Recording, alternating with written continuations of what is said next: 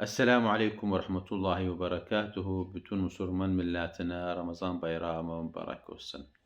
Bugün çalışacak kutbe düzünden. Nerede kutbe düzü? Kutbe yani hutba, Arapça hutba, biz dilimizce diyarıq, Türkmen dilinde, Tlafa dilinde kutbe.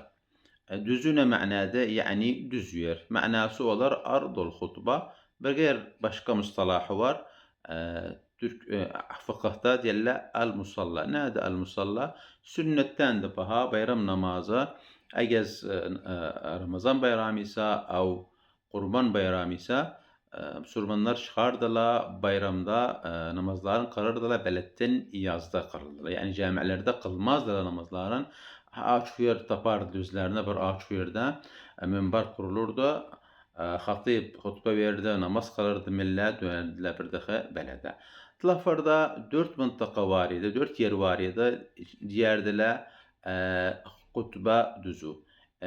Birisi Nardantepe mıntıkasında Bağlara geçiş. İkinci Hasan köyünde indi takriben çarşı olup da. Üçüncü Kala mahallesinde Ferhatlı Camii yanına. Dördüncü ay büyük kutbe düzü Tlafar'da ay tanınan meşhur olan saray mıntıkasında sarayın aşağında. Bunlar diyerdiler bu dört mıntıkaya diyerdiler. Benim bildiğime göre kutbe düzü. Taban millet çıkardılar. Arvat gişe çoğu gişe olurdu. Arvat tuğalarda çıkardılar. Arvatlar çıkardılar.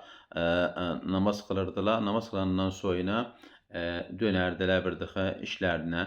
Yani dediğime göre camiatte varlar. 60'lara kim 70'lere kim takriben bahaydı adetlere namazların kılırdılar. Kutbe düzünde yani bir açık yerde kılırdılar. Camilerde kılmazdılar.